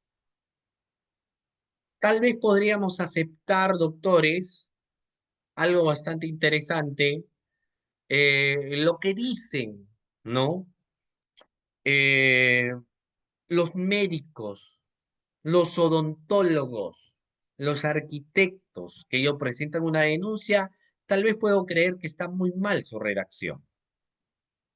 Pero no puede pasar eso con quien se le establece como Eh, un letrado. Porque ¿a quiénes llaman letrado, doctores? ¿A quién se le dice letrado? ¿Quién en la clase me dice quién es un letrado? ¿Quién es un letrado, doctores? A ver, ¿a quién le dicen letrado? ¿Sabemos a quién le dicen letrado? ¿No sabemos a quién le dicen letrado? Un letrado es un hombre que sabe de letras o leyes. Ah, muy bien, excelente, 20 para Richarlo. No, no, el abogado no necesariamente es el letrado, así como que el abogado no necesariamente es el jurista. El abogado no necesariamente es el amicus curiae, el amigo de la corte. Finalmente, doctores, y esto lo escuchaba, la carrera de Derecho está tan rebalsada, hay miles de abogados en el mundo entero, en el Perú, hay una gran cantidad de abogados como estrellas hay en el firmamento. Así que si una estrella no brilla, da lo mismo, porque existen muchas estrellas que iban. Que alguien no ingrese de abogado no interesa porque hay miles de abogados. Así como hay varios, una cantidad de fiscales y jueces, abogados por doquier. Entonces, no todos los abogados. No es una garantía que de tu pared esté colgado, pues ahí el título de abogado. Eso no significa que tú seas abogado, claro. El título dice que eres abogado, pero eso no garantiza que tú sepas de leyes. Esto va más allá. Entonces, no significa que el abogado sea un jurista. No significa que el abogado va a ser un amicus curiae. Técnicamente, el abogado no es un doctor. Así por eso yo digo, no le digas doctor al abogado, dile abogado. Porque es un licenciado en letra, como puede ser en otros países, señor licenciado. Eres abogado, no eres doctor. Eres doctor si tienes tu doctorado. Ahí eres doctor. Quizás ahora seas abogado o quizás seas magíster. Te lo has ganado. Yo no entiendo cuando los abogados no le dicen doctor y se molestan. Reniegan. A ver, ¿usted quién es? Si yo no voy a decir nombres, pero conozco a algunos que ahí ponían doctor tal, ni doctorado tenía. Y en la universidad había repetido derecho tributario, derecho financiero. Ni siquiera era tercio superior, ni quinto superior. Y hay algunos que todavía caminan como pingüinos, ¿no? No, entonces el tema del ser un letrado significa técnicamente que es una persona que lee, le gusta leer. Entonces, como le gusta leer, le gusta la lectura, porque si no te gusta leer, pues no podemos hacer nada. Te tiene que gustar, te tiene que apasionar, porque si no te va a estresar, no te va a dar un desparrame cerebral, porque te vas a agobiar, vas a decir estoy estresado, te tiene que apasionar. Entonces, vamos a ver, al profesional en leyes le dicen letrado porque la teoría dice que el abogado le gusta leer. El típico caso del abogado, pues, es un intelectual de primera, porque lee bastante, teóricamente, ¿no? Entonces se lee bastante la norma, la ley, la jurisprudencia, ¿correcto? Y empieza a leer todo. Entonces es una persona leída. Entonces le dice, usted es un letrado, ilústrame, grafícame. A mí un ignorante en la materia, porque sé mucho de números y de leyes no sé nada. Entonces tú le explicas, le señalas, porque se entiende que eres un letrado. Y el letrado no solamente debe serlo, el abogado no solamente debe serlo, debe parecerlo. Y cuando uno a veces llega a la denuncia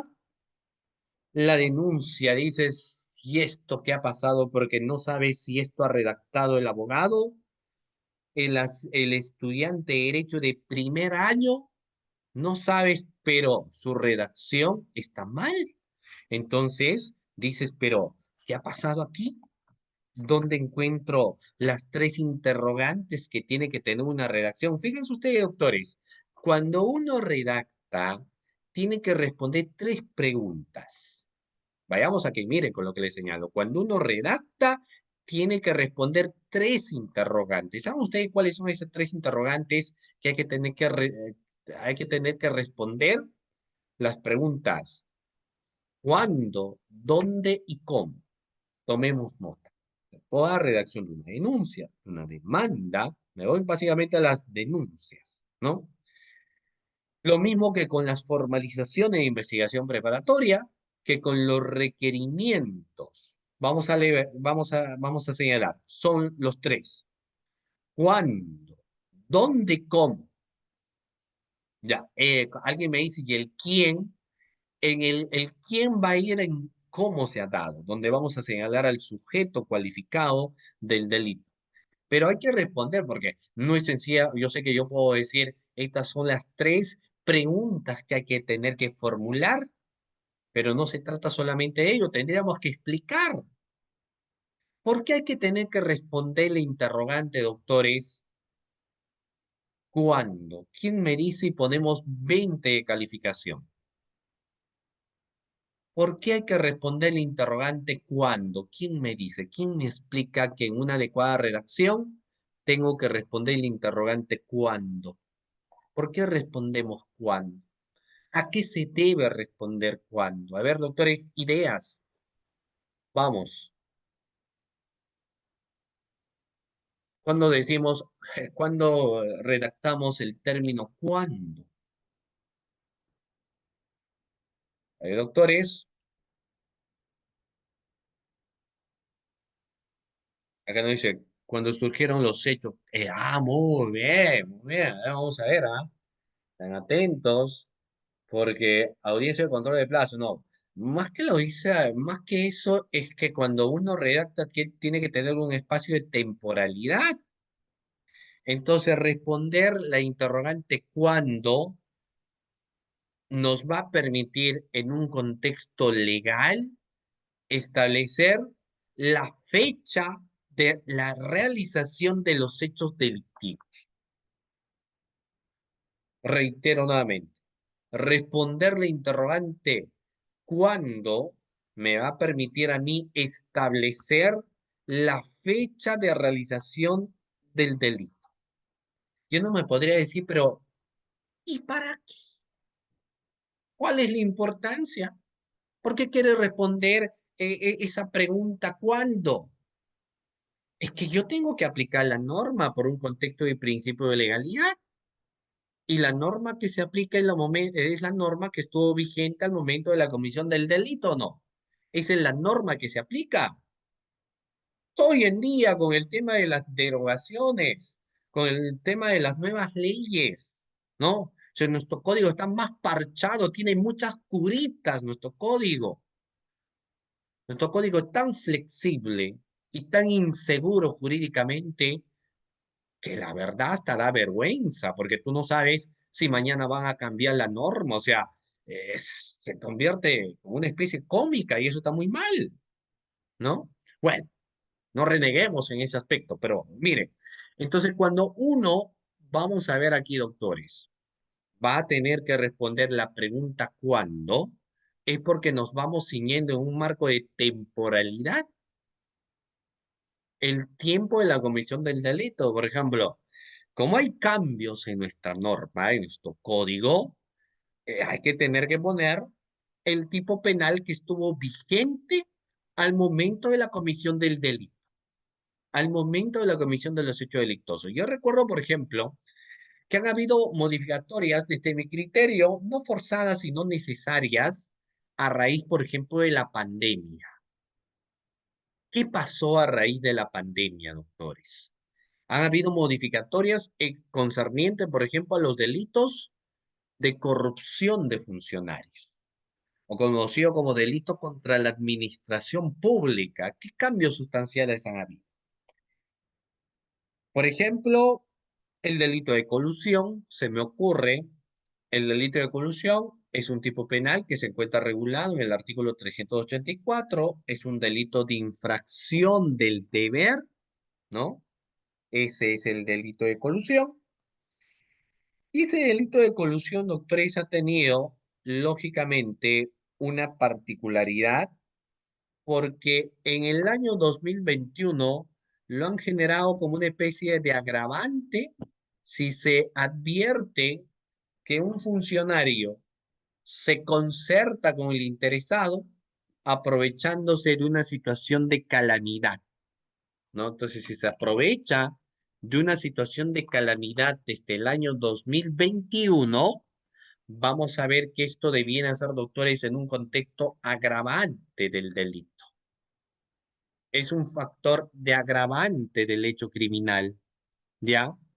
Y si los sucesos se dieron en el año 2021, a mí me interesa conocer eso porque yo voy a saber cuál es el tipo penal que voy a aplicar al momento de la comisión del hecho criminal. Por eso es valiosísimo, por eso es importante que yo tenga en cuenta ello, ¿ya? Debemos tenerlo en cuenta, doctores, entonces. Vamos acá. Ya. Entonces, tengo que responder ese interrogante que era ¿cuándo? Por el marco de temporalidad. Luego hay que responder la otra interrogante que es ¿dónde? Y aquí ingresa otra pregunta. ¿Por qué al momento de redactar tengo que responder la interrogante ¿dónde? ¿Quién me dice? También ponemos 20 de calificación, doctores. ¿Quién me dice por qué hay que responder dónde? Vamos. ¿Por qué hay que responder la interrogante dónde? Por el marco del lugar, por el marco de competencia. ¿Soy o no soy competente? Asumo, ¿no? Las cuestiones de competencia es válido. Existe, por ende, la contienda de competencia negativa, la contienda de competencia positiva, porque sí hay que establecer si somos competentes o no somos competentes. Eso se tiene que establecer. Eso hay que señalar. Eso hay que mencionar. ¿Somos o no somos competentes? ¿Correcto? ¿Estamos bien? ¿Sí? Ok. Ya, entonces, y cuando luego empezamos a narrar cómo, ahí explicamos cómo se han dado los hechos delictosos, de qué manera se han dado los hechos delictosos, puedo señalar al presunto autor del hecho criminal, quién realizó la acción, quién es el sujeto activo del delito, si hay autor mediato del delito, si hay coautores del delito, si tengo al instigador, si tengo al cómplice, entonces vamos explicando. Ahora, en un contexto que cuando nos señalan cómo redactar, por ejemplo, una acusación fiscal, ya vienen las tres premisas que más adelante voy a mencionar. Pero estoy señalando en todo caso que cuando, por ejemplo, estamos en el punto 3 de la apertura de una investigación, hay que tener que responder esas tres interrogantes. ¿Cuándo lo hizo? ¿Dónde lo hizo? ¿Y cómo lo hizo? Esas tres interrogantes, doctores, de todas maneras, sin excepción alguna. ¿Ya? Y luego el punto número 4 nos habla de la justificación de las competencias normativas. Hay que citar lógicamente los artículos para el caso en concreto, el artículo 329, inciso 2, el 230, inciso 2, el 334, inciso 2 del Código Procesal Penal. Hay que citar todo ello y ese es el marco de justificación, porque si yo voy a aperturar la investigación, declararlo compleja, ampliar, formalizar, archivar, incorporar, concluir, todo lo que yo acabo de señalar, obligatoriamente tiene que tener un basamento legal. Tiene que haber una norma, tiene que haber una ley que establezca esto, ¿no? Eso es lo que se conoce como la justificación de competencias normativas, doctores. Justificación de competencia normativa, así se le señala, ¿ya? Sigan. Luego tenemos pues la decisión, por lo general en la apertura de investigación, el fiscal dice decidimos la apertura de la investigación contra fulano tal, contra mengano, contra sutano, sin perjuicio, lógicamente, de que para aperturar una investigación, como ustedes sabrán, y eso yo les voy a preguntar, doctores, para la apertura o para el inicio de la investigación, necesito haber identificado al autor y los presuntos autores del delito, doctores. ¿Qué me responden? Para yo aperturar con la investigación, para iniciar la investigación, necesito saber quién es el autor del delito, necesito saber quién cometió el hecho criminal o no necesariamente. O sí necesito, doctores. A ver, vamos. O no necesariamente. No lo sé, yo los estoy plasmando. ¿Necesito o no necesito? Básico. ¿Necesito o no necesito? Claro, claro, porque a veces, mira, puede ser un caso donde una señorita denuncia un hecho de violación, fue a una fiesta, conoció a un sujeto, el sujeto le puso una sustancia prohibida a la señorita, quien se quedó dormida y despertó de un hospedaje y se dio cuenta que la habían ultrajado, denuncia estos hechos. Imagínense que nadie le va a preguntar, a ver, pero ¿quién es la persona que está violado? Pero yo no sé, no conozco, yo no sé quién habrá cometido ello, pero yo estoy narrando las características de quién es la persona, dónde amanecí, ya será la labor del trabajo del fiscal que tendría que desarrollar lógicamente para saber qué acontecimientos se han dado, se han suscitado. Entonces, lo que sí va a corresponder al fiscal es aperturar la investigación. Eso no quepa duda. Y el fiscal va a iniciar la investigación contra los que resulten responsables. Por eso, si te inicia, y ustedes muy bien lo conocen, no iniciamos, aperturamos la investigación contra los que resulten responsables o lo que se suele conocer los LQR, ¿no? LQR o los que resultan responsables. Ahora, pero eso solamente se mantiene a nivel de diligencia preliminar. Vayamos a la otra pregunta. Y cuando se formaliza la investigación preparatoria, hay una formalización de investigación preparatoria, doctores, pregunta, ¿puedo formalizar contra los que resultan responsables? ¿Es posible o no es posible que yo pueda hacer eso, doctores? Formalizar contra los que resultan responsables. ¿Puedo o no puedo? Contra los que resultan responsables.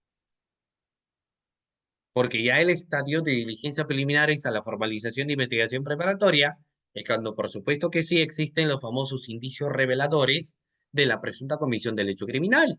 Pero lo que yo estoy preguntando es si para la formalización de investigación preparatoria puedo formalizar sin saber que todavía son los autores del delito.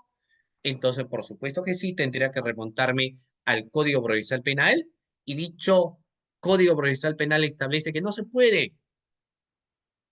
El Código Procesal Penal dice no se puede. Necesariamente, obligatoriamente, tengo que haber identificado al autor o los presuntos autores del hecho criminal.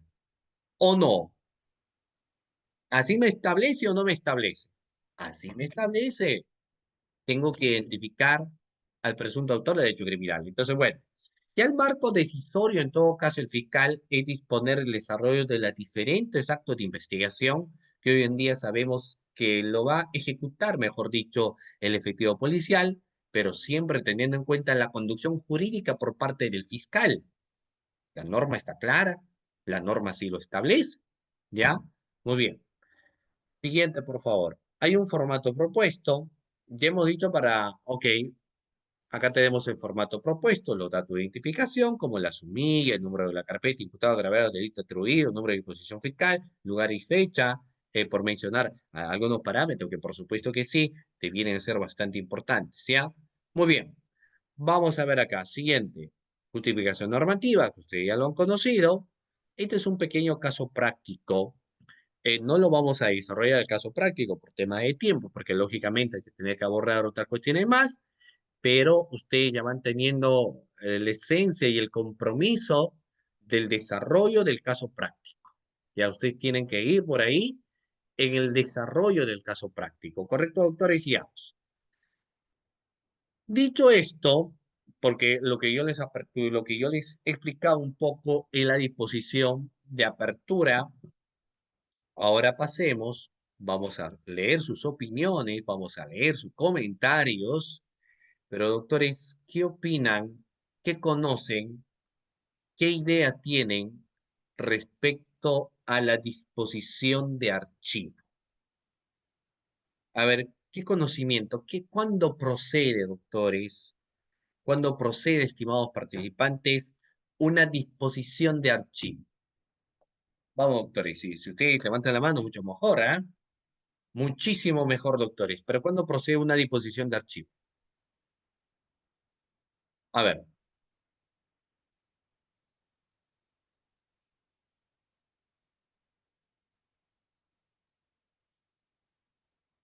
¿cuándo, doctores, procede técnicamente una disposición de archivo? Vamos, un minuto para que ustedes me respondan.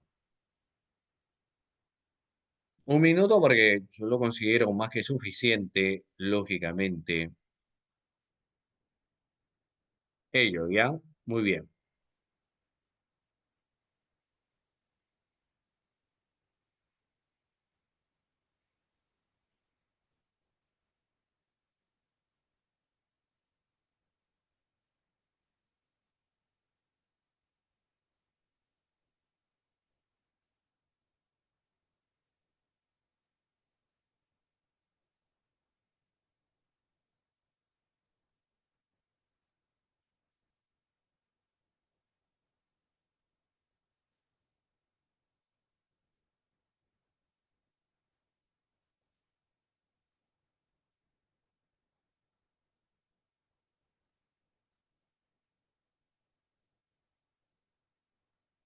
Ok,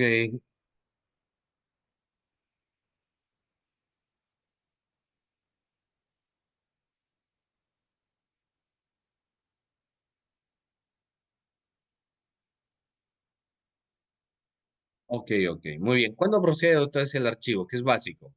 Renzo, tiene levantó la mano. A ver, estimado Renzo, lo escucho. Doctor, sí, es cuando no se ha dado el hecho con el investigado, el imputado, ¿no? O no constituye delito Ujú. bueno, el hecho en materia de investigación, ¿no? Ya no constituye delito el hecho en materia de investigación. Excelente. Muy bien. ¿Alguien más, así como el doctor Renzo? ¿Cuándo procede el archivo de un caso? Te dice, en este caso hay que tener que archivarlo. ¿Cuándo procede el archivo? A ver.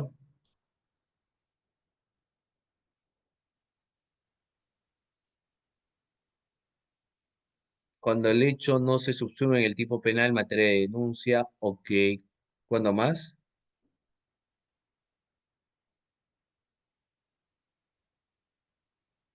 Porque lógicamente tenemos que saber también regla de procedibilidad de lo que viene a ser un archivo, por supuesto que sí, ¿ya? Vamos entonces un poco plasmar algunas nociones primigenias respecto a la disposición de archivo.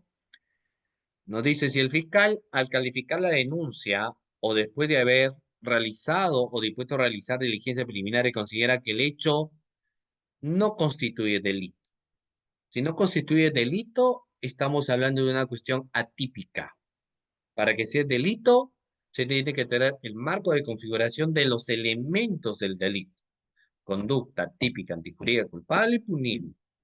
Tenemos que encontrar todo ello para decir este hecho es un hecho delictuoso. Este hecho constituye delito, ¿no?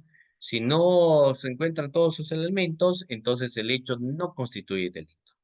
Cuando no es justificable penalmente, ¿no?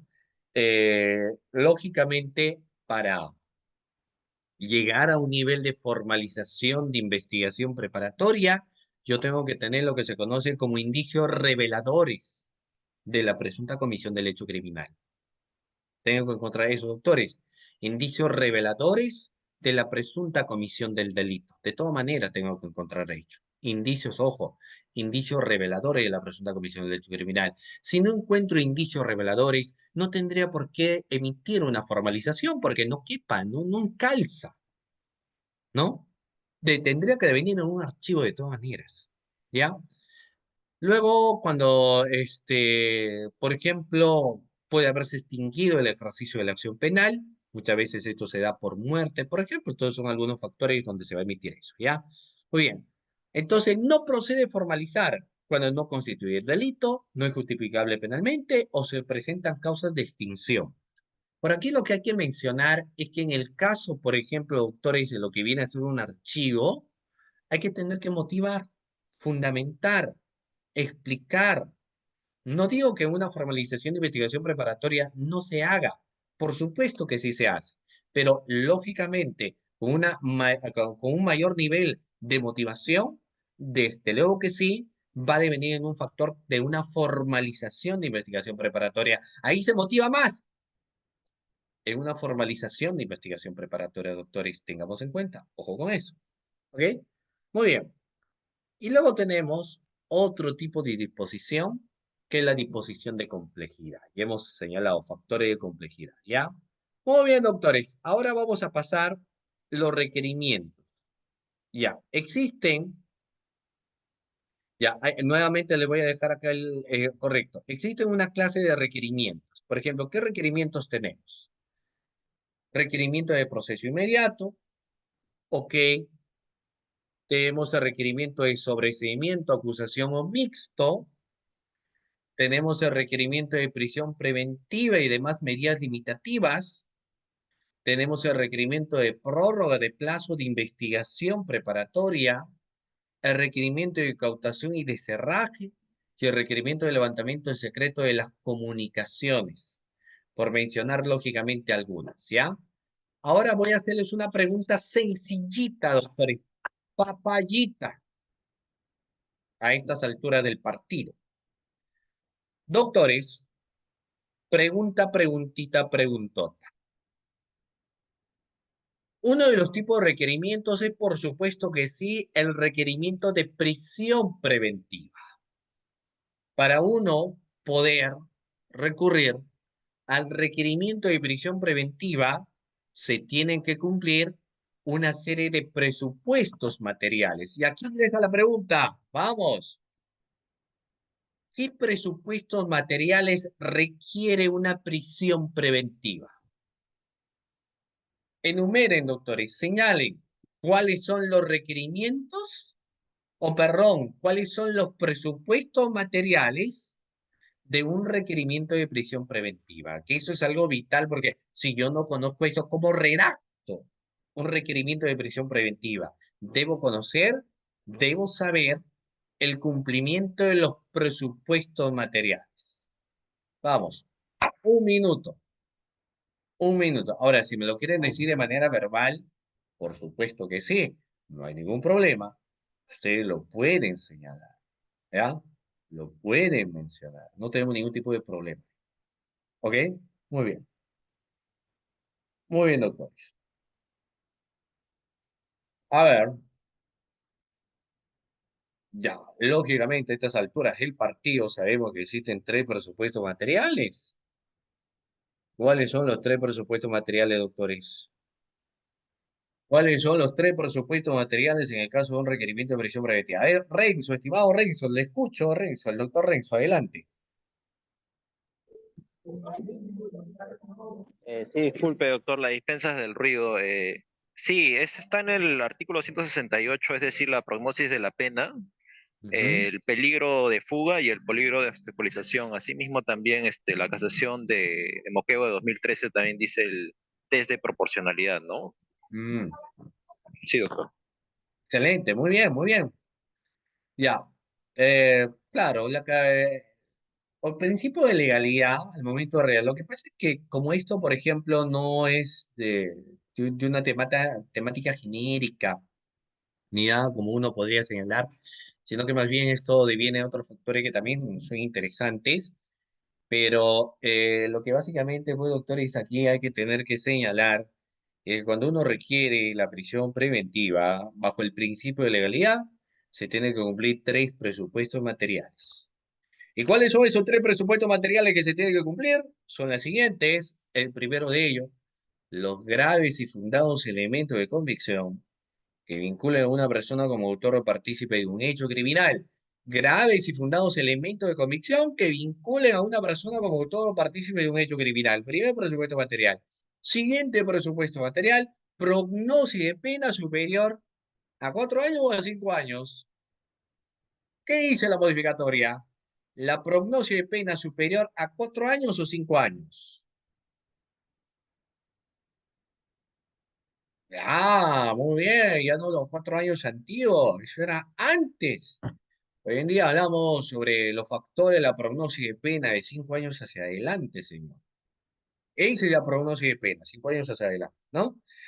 Y luego tenemos el tercero, como el autor muy bien lo establecía, el peligro procesal que tiene sus dos aristas, sus dos orejitas, sus dos cachitos, porque vemos por un lado el peligro de fuga, y por otro lado, por supuesto que sí, evidenciamos el peligro de estabilización procesal. Eco, peligro de fuga por aquí, y por el otro lado, peligro de estabilización procesal. Tres presupuestos materiales, de acuerdo a lo que establece el Código Procesal Penal, o no. Por supuesto, tres presupuestos materiales, sin perjuicio, por supuesto, de que tenemos la casación de Moquegua, la 612-2013, durante mucho tiempo acompañó los parámetros de conceptualización de lo que venía a ser precisamente la naturaleza de la prisión preventiva, que ahí acuñó dos. Uno, el contexto de proporcionalidad, que básicamente está relacionado a si es proporcional o no recurrir a esta medida de coerción. Y el otro, la duración de la medida. Ahora, por eso es que algunos, y no es que está mal, pero algunos establecen que cuando uno requiere una prisión preventiva, en realidad estamos encontrando un total de 5 presupuestos materiales. Pero, como hemos señalado, bajo el criterio del principio de legalidad, solamente son 3. Y ahí muere. Principio de legalidad, 3, fenece. 3 y punto. Además, no hay vuelta que dar. Pero bajo el contexto de la casación de Moquegua, la 626-2013 Moquegua, 5 presupuestos materiales, ¿no? Bueno, lo que fuese. Uno tiene que redactar estos presupuestos materiales cuando uno requiere la prisión preventiva. Ahora, ¿qué es lo que no me gusta del requerimiento de prisión preventiva? Que acá no es pues una redacción pura. Ustedes se han podido dar cuenta seguramente que existen muy pésimas redacciones en los requerimientos de prisión preventiva, pero como esto se sustenta en la audiencia bajo el cumplimiento, por supuesto que sí, lo que viene a ser el principio de oralidad, aquí no pasó absolutamente nada. No, pero está mal redactado y ahora lo estoy oralizando. ¿Qué puede pasar? Nada. Esta vez lo redacté mal, pues, pero ahora lo estoy oralizando. Y eso es lo que no te habla de un contexto de una redacción pura, como podría tener, por ejemplo, la emisión de una sentencia o de un auto de prisión preventiva que no es lógicamente expositiva, sino que el auto de prisión preventiva se tiene que redactar y por supuesto que sí, tiene que tener esto una adecuada motivación, fundamentación, argumentación, no una motivación aparente, insuficiente, superflua y demás. Una motivación que alcanza, lógicamente, los criterios de una adecuada fundamentación. Es aquello que debe tener. ¿Ok?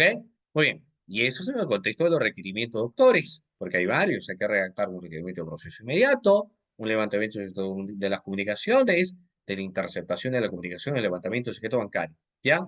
Muy bien. Hay que tener en cuenta este aspecto. Sigamos.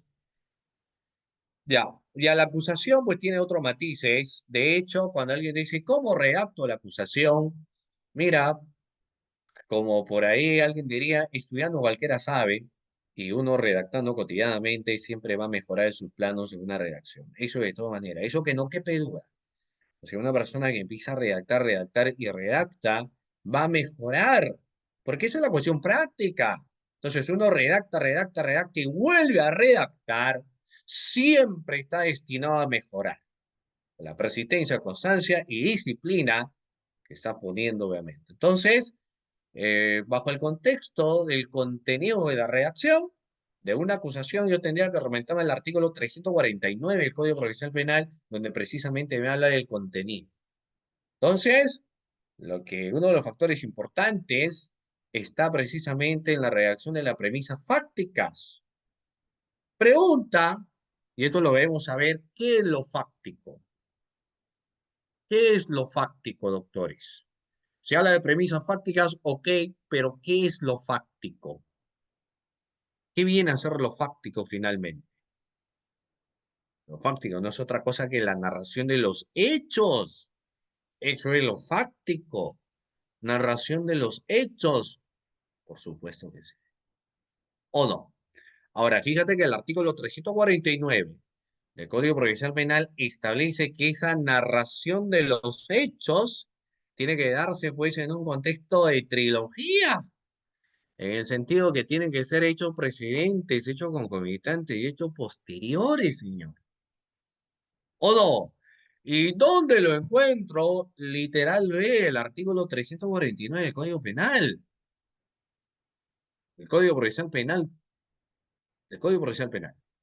El 349, literal B, te dice hechos precedentes, hechos concomitantes y hechos posteriores.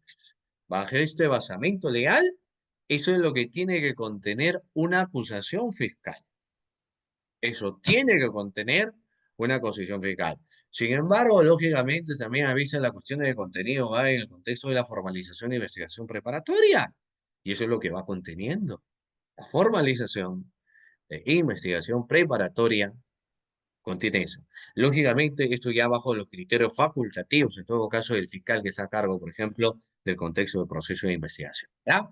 Muy bien. Entonces, eso debe contener la relación clara de los hechos, luego ingresan los elementos de convicción, la participación que tuvo el investigado, lo cual se llama imputación necesaria, imputación suficiente, o como lo quieras plasmar, la relación de las circunstancias modificatorias de la responsabilidad de tipo penal, el artículo de la ley penal que tipifica el hecho, el monto de la reparación civil que en ese caso le corresponde a la parte agraviada, porque el que está a cargo de la pretensión punible o la pretensión penal es el fiscal, el titular de la acción penal, el representante de la sociedad, el representante de legalidad, que son los parámetros establecidos dentro del marco incluso constitucional, ¿ya?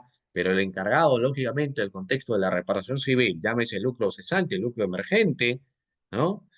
O en el caso de los delitos funcionariales encabezados por la Procuraduría Pública especializada en delitos de corrupción de funcionarios, son los que finalmente asumen el criterio o la consonancia de ser, por ejemplo, lo que asumen criterios fundamentales relacionados pues al marco de la reparación civil, de todas maneras, ¿ya? Muy bien.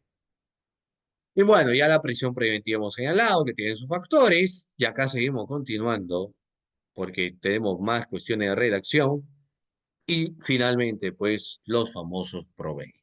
Ustedes saben que en los contextos de proveídos, los proveídos son de mero trámite. Diariamente al Ministerio Público llega una gran infinidad de escritos. Pues, lamentablemente, los hechos delincuenciales en los últimos tiempos van en aumento, lamentablemente, y pues todos estos hechos que llegan hay que tener que motivar. Dicha motivación se plasma a través de la existencia de lo que viene a ser un proveído. Por supuesto que sí. No nos olvidemos, por favor. Muy bien, doctores, vamos a pasar lista. Estamos despiertos en la clase. Fíjense ustedes que nos hemos pasado rápidamente 2 horas, pero les voy a invitar a ustedes que puedan encender sus cámaras. Vamos a pasar revisión, vamos a pasar lista, todos los que se encuentran presentes en la sesión de clase. Muy bien, a ver, veo al doctor Germán, muy bien encendido la cámara. Muy bien, veo al doctor Raúl también ahí encendido su cámara. ¿Qué tal, doctor? Veo al doctor Roosevelt. ¿Quién más? Vamos, doctores. 30 segundos para encender la cama. No importa si estés en el taxi, en la camioneta, no importa si estás, quizás por ahí algunos han ido incluso a festejar, etcétera, pero enciendan su cámara, estimados participantes, ahí los puedo ver, a cada uno de ustedes que se encuentra pues en esta sesión de clase. El doctor Rogelio también, ¿de acuerdo? Que lo ven participantes. Vamos, muy bien la doctora Delia Flores. Correcto. ¿Quiénes más están en esta sesión de clase? Ustedes son cerca de 60 participantes que han estado presentes, pues, en esta sesión de clase el día de hoy. Muy bien. Muy bien, doctores. De esta manera llegamos a la parte final de la sesión de clase del día de hoy, agradeciéndoles en primer lugar, pues, a cada uno de ustedes que siempre se han dado cita, me han estado acompañando en estas 2 horas de disertación, a quienes han estado participando, no solamente a través de la opción de levantar la mano, sino a través del chat. Muchísimas gracias, doctores, y mi agradecimiento nuevamente, como siempre, a CEFOCAP por la invitación a mi persona y a todos ustedes que han estado presentes en esta sesión de clase el día de hoy, ¿de acuerdo? Muy bien.